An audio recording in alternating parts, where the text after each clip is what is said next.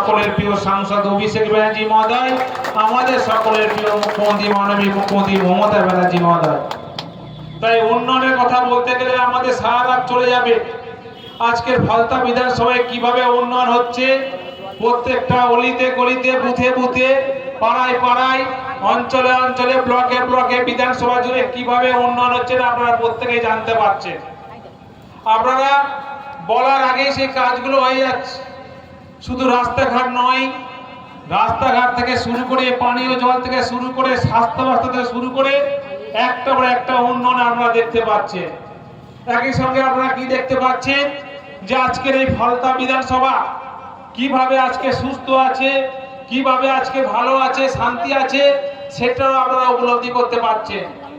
আজ থেকে 10 বছর 15 বছর আগে আপনারা ফিরে যান যে আজকের ফলতা বিধানসভার কি পরিস্থিতি ছিল, আর আজকের এই ফলতা বিধানসভা কি পরিস্থিতি পৌঁছেছে সেটা আমাদের চিন্তা করতে হবে, একটু মাথায় রাখতে হবে।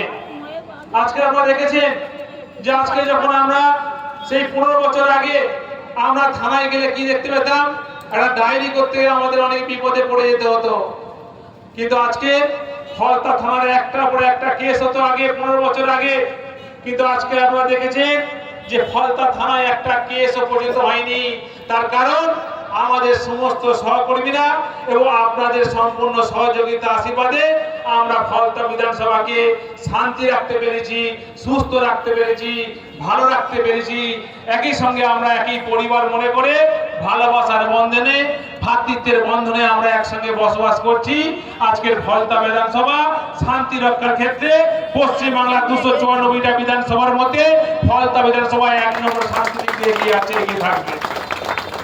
তাই আজকের এই ফলতা বিধানসভাকে আরো শান্তি রাখতে গেলে, আরো ভালো রাখতে গেলে, আরো সুন্দর থেকে সুন্দর জায়গায় পৌঁছাতে গেলে, আরো উন্নয়ন থেকে উন্নয়ন তলায় পৌঁছাতে গেলে আপনাদের সহযোগিতা একান্ত কাম্য।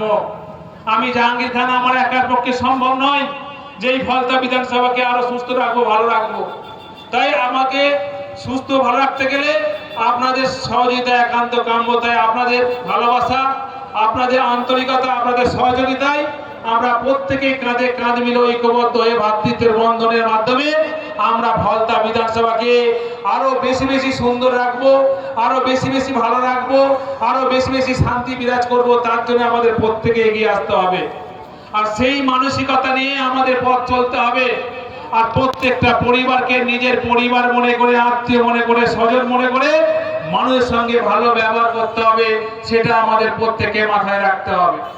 একই সঙ্গে জানেন আজকের আমাদের মাননীয় মুখ্যমন্ত্রী মমতা ব্যানার্জি মহোদয় এবং আমাদের সকলের প্রিয় সাংসদ অভিষেক ব্যানার্জি মহোদয়, আপনারা এর আগে দেখেছেন 15 বছর আগের দিকে লক্ষ্য রাখুন যে একটা বুথে একটা ঘর পেতে গেলে কত কষ্ট করতে হয়েছিল, কত তেল পুরাতে হয়েছিল, কত নেতাকে ধরতে হয়েছিল। কিন্তু আজকের দিনে আমরা একটু চিন্তা ভাবনা করুন যে আমাদের যে প্রিয় সাংসদ, প্রিয় নেতা অভিষেক ব্যানার্জি মহোদয়কে একটা ফোন কলের মাধ্যমে আমরা অনেকেই কিন্তু আবাস যোজনার ঘর পেয়েছি।